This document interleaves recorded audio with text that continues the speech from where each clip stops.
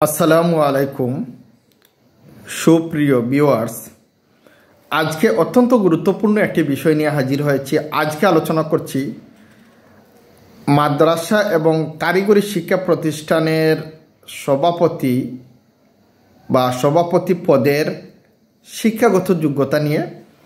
অর্থাৎ আমরা জানি যে ইতিপূর্বে স্কুল কলেজের ক্ষেত্রে সভাপতির যোগ্যতা এইচএসসি বা ইন্টারমিডিয়েট নির্ধারণ করা হয়েছিল, কিন্তু পরবর্তীতে প্রজ্ঞাপন দিয়ে স্নাতক এবং স্নাতকোত্তর করা হয়েছে। কিন্তু মাদ্রাসা এবং কারিগরির ক্ষেত্রে এই বিষয়টি এতদিন স্পষ্ট ছিল না। 2009 এর প্রবিধমালা অনুযায়ী শিক্ষাগত যোগ্যতাবিহীন কমিটি গঠন করা হচ্ছিল। তবে গত 6/1/2025 সালে অর্থাৎ 6 জানুয়ারি 2025 খ্রিস্টাব্দ তারিখে বাংলাদেশ শিক্ষা মন্ত্রণালয় অর্থাৎ গণপ্রজাতন্ত্রী বাংলাদেশ সরকারের শিক্ষা মন্ত্রণালয় কারিগরি ও মাদ্রাসা শিক্ষা বিভাগ প্রশাসন ও সংস্থাপন শাখা থেকে একটি প্রজ্ঞাপন জারি করা হয়েছে। এই প্রজ্ঞাপনে স্পষ্টত উল্লেখ করা হয়েছে যে দাখিল এবং সমমান পর্যায়ের মাদ্রাসা এবং কারিগরি শিক্ষা প্রতিষ্ঠানে স্নাতক পাশ হতে হবে সভাপতির যোগ্যতা, এবং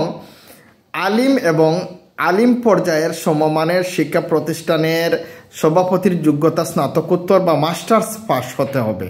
এই বিষয়টি অত্যন্ত গুরুত্বপূর্ণ একটি বিষয়। আমরা আজকে এই প্রজ্ঞাপনের বিস্তারিত আলোচনা করছি।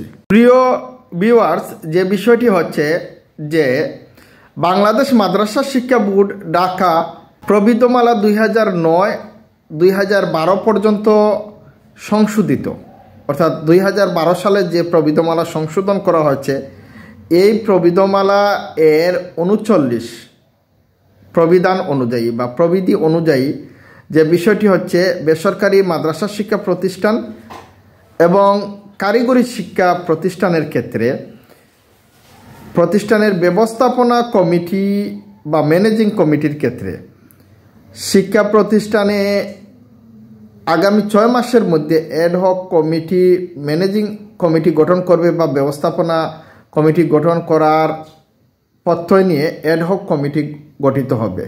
তাহলে প্রথমে অ্যাডহক কমিটি গঠন করতে হবে। অ্যাডহক কমিটির সভাপতির যোগ্যতা, এখানে কিন্তু একটি গুরুত্বপূর্ণ বিষয় হচ্ছে যে অ্যাডহক কমিটি গঠন পূর্বক উক্ত অ্যাডহক কমিটি কর্তৃক আগামী 6 মাসের মধ্যে নিয়মিত কমিটি গঠন করতে প্রয়োজনীয় নির্দেশনা প্রদানের জন্য সংশ্লিষ্ট শিক্ষা বোর্ডসমূহকে অনুরোধ করা হচ্ছে।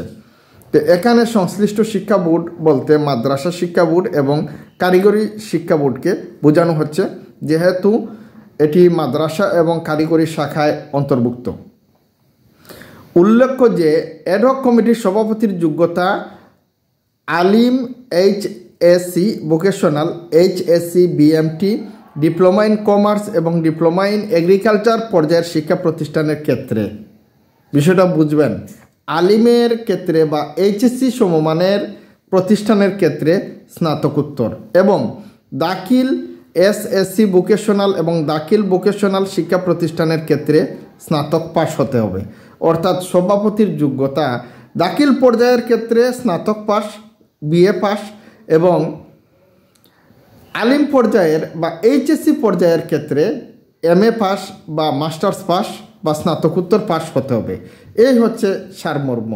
তবে এখন যে বিষয়টি আমি স্পষ্ট করছি, সর্বপ্রথম অ্যাডহক কমিটি গঠন করতে হবে। অ্যাডহক কমিটি পরবর্তীতে 6 মাসের মধ্যে নিয়মিত কমিটি গঠন করে দিবে। এখানে উল্লেখযোগ্য যে বিষয়টি হচ্ছে যে এই যোগ্যতা শুধুমাত্র অ্যাডহক কমিটির সভাপতির ক্ষেত্রে প্রযোজ্য। এখানে স্পষ্টভাবে উল্লেখ করা হয়েছে যে উল্লেখ্য যে অ্যাডহক কমিটির সভাপতির শিক্ষাগত যোগ্যতা, এটি কিন্তু পূর্ণাঙ্গ বা নিয়মিত কমিটির সভাপতির শিক্ষাগত যোগ্যতা নয়। তো আজকে এই পর্যন্ত। সবাই ভালো থাকুন, সুস্থ থাকুন। ধন্যবাদ সবাইকে।